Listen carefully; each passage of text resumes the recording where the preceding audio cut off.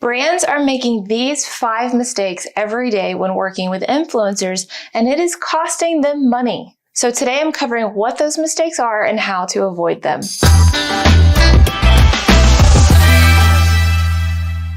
What's up, everybody? Welcome back to the channel. I'm Brandy with LYFE Marketing, the digital marketing agency with a mission to help small businesses grow. Super quick, go ahead and like this video for me, subscribe to the channel, and hit the notification bell so that you don't miss out on any of the videos that we put out every week that help you grow your business. All right, wasting no time, we're going to dive into the first mistake business owners make when partnering with influencers. They pick influencers strictly based on followers. While followers should play some role in your decision making, it shouldn't be the only thing you focus on when picking an influencer to partner with. People can and do buy fake followers, unfortunately. So if you partner with someone because they have 500,000 followers, but it turns out 400,000 of them are fake, you not only probably overpaid for that partnership, but you're also not going to get the results that you want. What you need to do is look at their engagement rate in comparison to their followers. In this video, I break down what is considered a good engagement rate for different follower counts, so I will link that below for you to check out next. An engagement rate is a metric that tells you how active your audience is. In general, an engagement rate is calculated by taking the account's total engagement, dividing it by total number of followers, and then multiplying it by 100 to get a percentage. Now, total engagement, meaning all the likes, comments, and shares an account has, might be a hard number to obtain. So what a lot of people do is look at the engagement rate on the most recent post, dividing how many likes and comments an individual post received by their total number of followers. Now, if you're watching thinking, I don't have time to run this equation on singular posts for every account I'm interested in partnering with, you don't have to. Upfluence has a free Chrome extension that pulls those numbers for you. You're welcome. Now, the engagement rate is not the only thing you should be analyzing about a potential influencer's audience. The second biggest mistake we see brands make is that they don't verify the audience's demographics. You may have an influencer with a substantial amount of followers and a legitimate engagement rate to back that up, but do their followers fall within your target demographic? What if you sell a product exclusively for men and the influencer's audience is predominantly women? Or what if you provide a service for homeowners and the majority of the influencer's audience lives in apartments? Partnering with an influencer is only successful when their audience consists of people who would be interested in the product or service you provide. So you'll need to ask the influencer questions about their audience before committing to a partnership.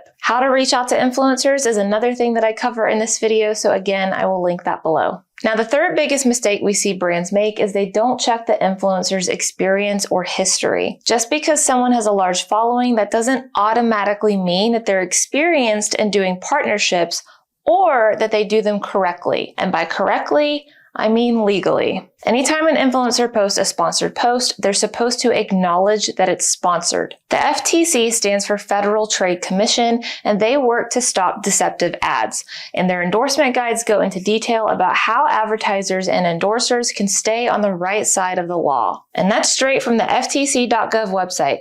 They have guidelines like this that tell influencers how to disclose paid content, like putting hashtag Nike partner, hashtag ad, hashtag sponsored, and audibly acknowledging it in videos as well. So if you're researching an influencer, looking at the partnerships they've done in the past, and you don't see any language like that in their creative or captions that acknowledges a partnership, red flag.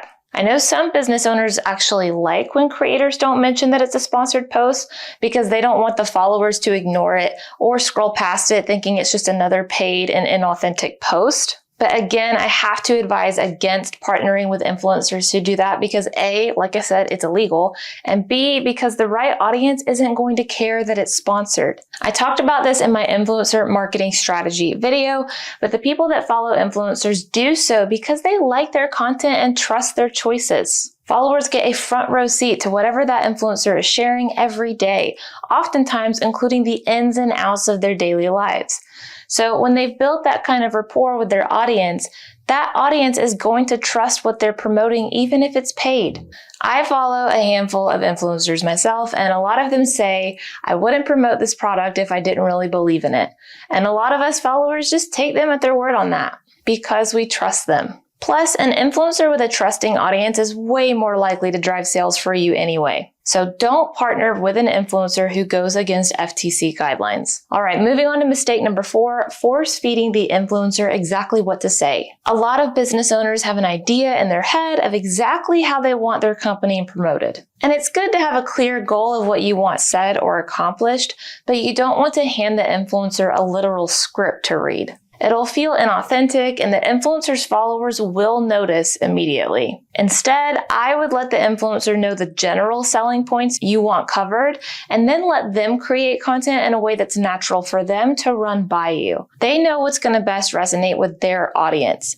You don't want to squander that with your strict rules on what you think will work best. So let the influencer have creative freedom and just have them get the content approved by you before posting it. All right, now before we move on to the final mistake brands make in working with influencers, first here is a quick message from Morgan about our new monthly coaching program. Hello! We just helped a small business make over $1.5 million through Facebook advertising. After managing millions of dollars of ad spend for thousands of small businesses and creating thousands of social posts to help businesses connect with their customers, we know how to get results. And we want to help small businesses get results too. So we've decided to give away our knowledge, learning experiences, resources, tools, and feedback to help you achieve results for your digital marketing efforts. If you want to learn the blueprint for success, the best practices from some of the fastest growing companies in the world, get access to all the tools you'll need, and get live expert guidance from yours truly, stop what you're doing and sign up for our coaching program today. All right, mistake number 5 is expecting huge results from working with an influencer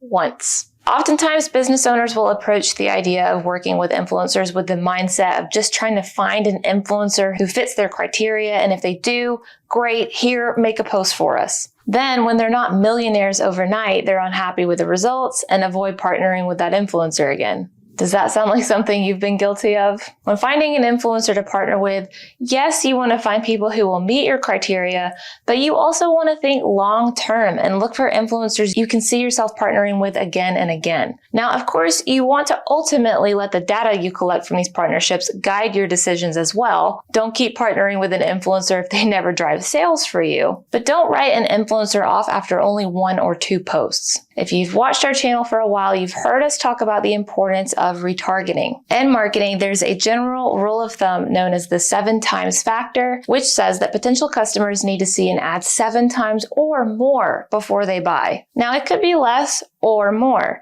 depending on the nature and price point of your business, but that's the average, and the same holds true with influencer marketing. It may take the influencer posting about you a few times before their audience starts purchasing from you. So that's why you want to partner with an influencer for more than 1 post and try to create partnerships for the long term, not just the short term. All right, you guys, that wraps up my 5 biggest mistakes that brands make with influencers. Comment this emoji if you have been guilty of making one of them. Otherwise, don't forget to like, subscribe, and hit the notification bell before you head to watch the other influencer marketing video that I mentioned today, and I will see you in the next episode.